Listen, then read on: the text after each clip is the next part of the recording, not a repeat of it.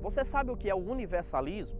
O universalismo é uma heresia que ensina que no final dos tempos Deus salvará a todas as pessoas, independentemente das suas obras, dos seus méritos ou das suas opiniões, das suas intenções. E muitos deles chegam a argumentar que no final Deus salvará até mesmo o diabo. E qual é a defesa dessas pessoas? Elas costumam dizer que Deus, ele é amor e por isso Deus não levará as pessoas à condenação eterna. Mas precisa ficar claro para nós que Deus, sim, de fato, ele é amor. Mas Deus, ele é um Deus equilibrado. E o seu amor não prevalece contra a sua justiça. Então, da mesma forma que ele é amor, ele também é justiça. Pelo seu amor, ele concede perdão e salvação a todas as pessoas que se arrependerem. Porém, pela sua justiça, ele inevitavelmente condenará ao inferno todos aqueles que não se arrependerem, todos aqueles que não se submeterem de fato à sua palavra e à sua vontade. Eles costumam dizer também que Deus não criou o inferno para o homem, se utilizando do texto de Mateus capítulo 25, versículo 41. Porém, o próprio texto de Mateus capítulo 25, versículo 41, demonstra claramente que essas pessoas vão para o inferno. O texto diz: apartai-vos de mim, malditos, para o fogo eterno, preparado para o diabo e seus anjos. Então, o próprio texto está dizendo que essas pessoas vão sim para a condenação eterna. Um outro argumento citado é o texto de Ezequiel, capítulo 18, versículo 23, onde o texto diz que Deus não tem prazer na morte do ímpio. E, de fato, Deus não tem prazer na morte do ímpio. Por isso, ele chama o ímpio ao arrependimento. Ele dá ao ímpio a possibilidade de se arrepender e de ser salvo.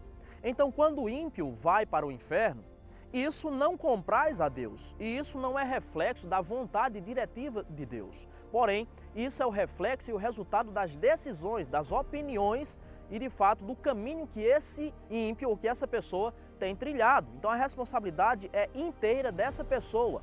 Deus seria, então, injusto se ele concedesse salvação a essas pessoas que são insubmissas a ele. Seria injusto se ele concedesse salvação a Satanás, que se rebelou contra ele, da mesma forma que ele concede salvação àqueles que se arrependem dos seus atos, àqueles que se submetem à sua vontade. O que a Bíblia diz, na realidade, é que infelizmente muitos serão condenados. Isso você encontra em Mateus, capítulo de número 10, versículo 28, Apocalipse, capítulo 21, versículo 8 e Apocalipse, capítulo 20, do versículo 11 ao versículo 15. Um outro argumento que eles se utilizam é o texto de Atos, capítulo 3, versículo 21, pois no texto aparece a palavra apocatástasis, e essa palavra é traduzida como restauração de todas as coisas. Então eles acreditam que no final Deus restaurará todas as coisas, e isso inclui, de fato, o perdão aos pecadores.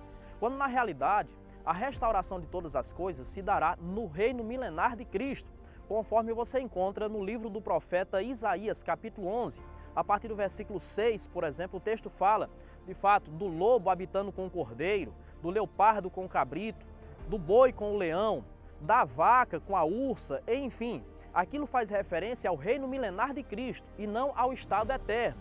Então, o reino milenar de Cristo será um tempo de paz, de harmonia aqui na terra, pois Cristo estará regendo todas as nações.